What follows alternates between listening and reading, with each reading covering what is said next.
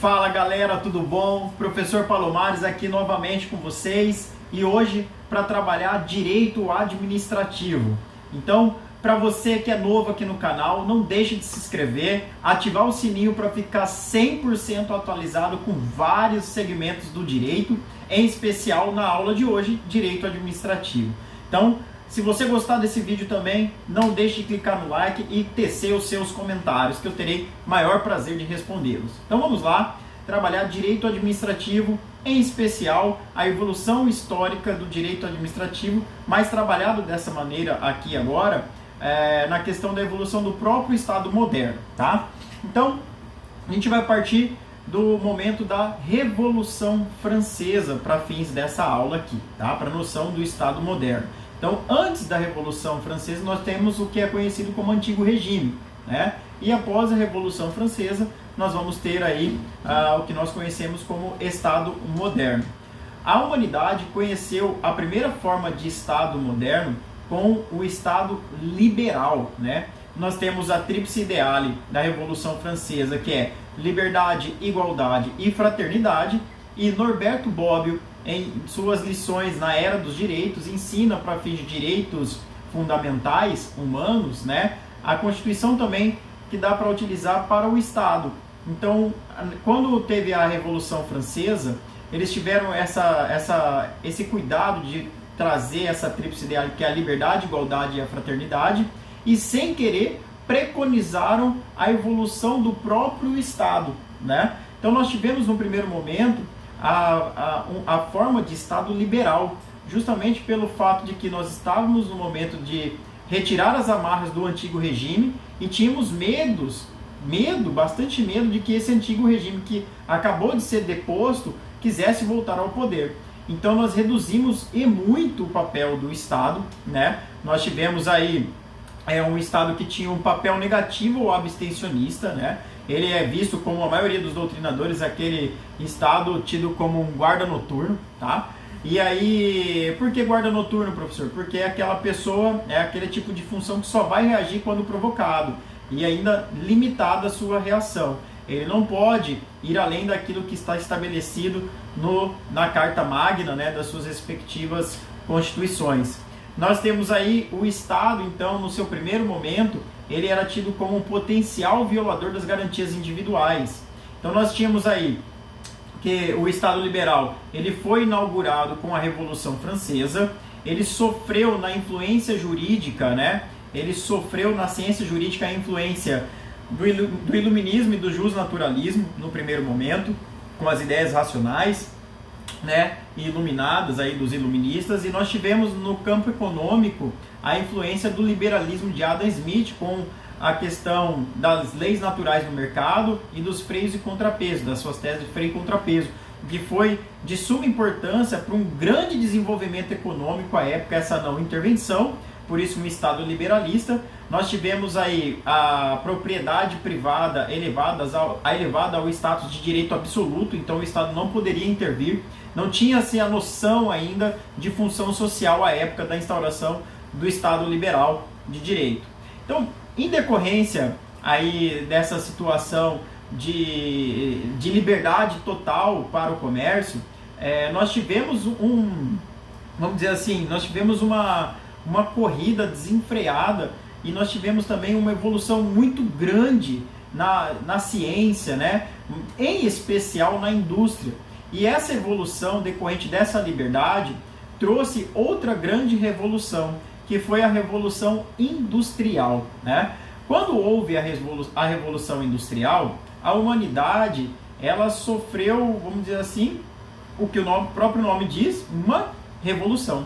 Nós tivemos transformações significativas nas relações humanas, tivemos transformações significativas nas relações jurídicas contratuais, com a vinda da produção em série e com a massificação aí das relações contratuais, né? Isso fez com que houvesse o êxodo rural, nós tivemos a saída do campo para a migração da cidade, né, da população, e nós também tivemos que devolver para o Estado, nós, sociedade, nos vimos obrigados a devolver para o Estado alguns poderes para que o Estado intervisse nessas novas relações massificadas em que ficou comprovado que o liberalismo puro e simples, ele não trazia a questão do equilíbrio nas relações novas entre empregado e empregador. Então ficou caracterizado nesta época vários abusos de direitos ocorridos pelo acúmulo de riquezas decorrente dessas produções massificadas, e obviamente temos aí o pensamento de Thomas Hobbes, que diz o seguinte, que o homem é o lobo do próprio homem. E com esse pensamento, um dos pensamentos à época, foi necessário repensar o papel do Estado, passando o Estado, então, de ser o Estado abstencionista, e ele sendo exercendo um papel positivo ou de promotor de justiça social, né? Tentando ser aí o principal agente formulador do crescimento econômico, e ele também tentando trazer uma equidade às relações que já nascem desequilibradas com a questão das vulnerabilidades e da hierarquia existente proveniente dessas novas relações advindas da Revolução Industrial. Então o Estado, agora ele não é mais um Estado liberal, ele passa a ser um Estado social de direito, um Estado em que ele vai ter um dirigismo contratual, um Estado que ele vai atuar como um freio e contrapesos. O limite da intervenção desse Estado vão ser as garantias individuais existentes. Porém, o Estado ele vai ter um dirigismo, porque aqui nasce a noção de função social da propriedade privada, relativizando então todas as, vamos dizer assim, a solidez do primeiro Estado de direito que nós conhecemos, do Estado moderno, que é o Estado liberal. Então nós temos aqui, em suma, um Estado social de direito pós-revolução industrial, que houve várias reivindicações sociais, né, no sentido de que esse Estado agora ele fosse garantidor de direitos sociais. A influência no universo jurídico foi o positivismo, tá? Nós temos aí as regras do positivismo decorrente da razão, a criação de normas e regras e princípios provenientes da razão do homem e não necessariamente de regras éticas e morais, né? Então houve aqui, através de Kant, a separação entre o que é norma, regra, lei e o que é moral, né? Então eu posso dissociar esses dois e criar normas totalmente distintas ou contrárias a preceitos éticos e morais, tá? É um pensamento positivista, né? Hoje esse pensamento não tem mais cabimento, porque nós estamos já na terceira geração, eu já vou chegar lá. Mas à época, sim, o positivismo era plenamente a influência aí na codificação até então. E houve também muito o fenômeno da estatização. Então nós temos aí a figura da estatização com as criações aí das empresas públicas, sociedade de economia mistas, e o Estado atuando de forma diretamente como um agente formulador de crescimento econômico, tentando equilibrar as relações aí, em especial trabalhistas da época.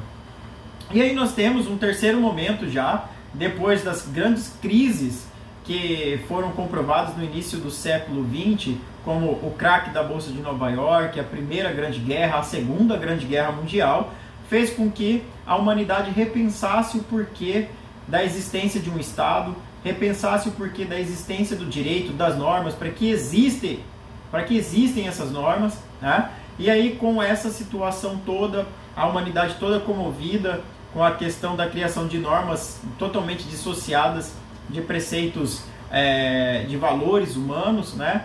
Houve a necessidade de repensar todo o sistema jurídico, em especial depois da Segunda Grande Guerra do Holocausto, né? E aí, nessa situação, eis que surge o Estado Democrático de Direito. Esse Estado Democrático de Direito, ele vai conter tanto as questões liberais quanto as questões sociais, e ele ainda vai ser o garantidor do mínimo existencial, sendo um dos fundamentos desse Estado Democrático de Direito a dignidade da própria pessoa humana, tá? Então nós temos, assim, em suma, que o Estado Democrático de Direito acompanhou a redemocratização, o resgate da dimensão valorativa do direito como um todo, ou seja, o pós-positivismo, e trouxe também aí a dignidade humana como fundamento do Estado democrático, né? Lembrando que o sistema pós-positivista, para fins de direito administrativo, nós vamos utilizar muito como condição de validade de atos administrativos.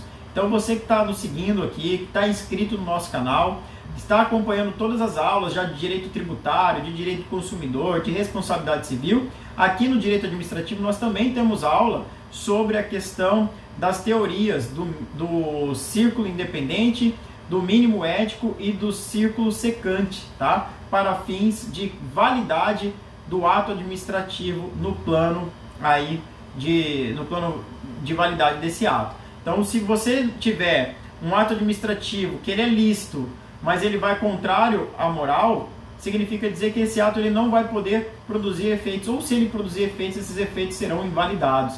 Então, assista lá essa aula sobre atos administrativos aqui no canal do professor Paulo, vai ser bem bacana, você não vai se arrepender, aproveita e já deixa um like, tá?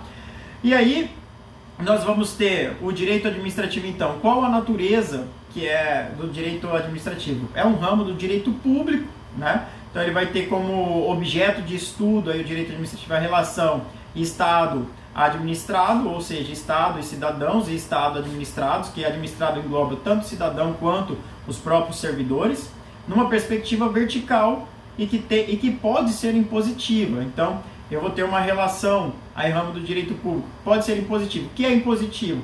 Aquilo que é contra tudo e contra todos. Então, tributo é impositivo e compulsório. Tá? Vou trabalhar em direito tributário, tudo bem. Ah, professor, me dá um outro exemplo. Um alvará, uma permissão para explorar determinado segmento do mercado. É impositivo, eu não tenho como explorar se eu não solicitar essa alteração. E assim sucessivamente. Nós vamos falar de poderes da administração pública, então fique ligado aí no canal que você não vai se arrepender, tenho certeza disso. Outra situação que nós temos ainda quanto ao direito administrativo é a noção básica do seu conceito, né? Então a gente vai ter, eu gosto muito do conceito de direito administrativo do professor José dos Santos Carvalho Filho, do qual eu peço licença agora para replicar o conceito dele. Aspas, o conjunto de normas e princípios que, visando sempre ao interesse público, regem as relações jurídicas entre as pessoas e órgãos do Estado e entre este e as coletividades a que devem servir. Fecha aspas, ponto final. Este, acredito, ser o melhor conceito de direito administrativo na contemporaneidade. Professor José dos Santos Carvalho Filho tem uma doutrina excelente, do qual consta aqui na nossa mini biblioteca, né? Até porque esses vídeos todos estão sendo gravados em época de pandemia e a minha biblioteca oficial está lá no escritório, do qual eu estou com muita saudade, mas hoje a gente tem aquela máxima, hashtag fique em casa se você puder, e eu estou trabalhando aqui de casa, tá? Promovendo todos esses vídeos, essas videoaulas para vocês, muito do fundo do coração. Acredito que estou trabalhando bem mais que o normal e é bem bacana que você nos siga aí em todos esses segmentos. Foi bem legal para a gente trabalhar esse projeto aí com vocês, tá? E aí, nós temos ainda como fontes do direito administrativo, caminhando para a parte derradeira da aula, preceitos normativos do ordenamento jurídico. Eu costumo dizer em sala de aula, e venho aqui falar para você, especialmente para você que está me assistindo a parte derradeira da aula, que são fontes do direito administrativo, preceitos normativos, e não somente a lei. Por quê? Porque nós temos a máxima no direito administrativo que a administração pública só fará ou deixará de fazer aquilo que está em preceitos legais. Então não é em lei. Uma portaria faz fonte de direito administrativo. Uma resolução faz fonte de direito administrativo. A lei faz fonte de direito administrativo. Mas eu tenho também que uma nota técnica, um ato administrativo unilateral faz fonte de direito administrativo. Então são preceitos normativos que são fontes de direito administrativo e não somente a lei, tá? E temos como fonte secundária a jurisprudência, a doutrina, os costumes. E nós temos uma exceção que vem a ser fonte primária de direito administrativo, a súmula vinculante. Justamente da súmula, porque a súmula vinculante, ela pode cassar decisão judicial ou anular ato administrativo que contrariar a matéria simulada. Então, se eu tiver um ato administrativo que vai contrário à matéria simulada, ele pode ser cassado. E essa cassação, ou seja, essa anulação dos seus efeitos, significa dizer que é fonte primária de direito administrativo. Beleza? Gostou então? Não deixe de se inscrever no canal, não deixe de dar o like no nosso vídeo e de fazer a sua inscrição também aí nas nossas redes sociais, em especial o nosso Instagram, @professor Palomares. Valeu!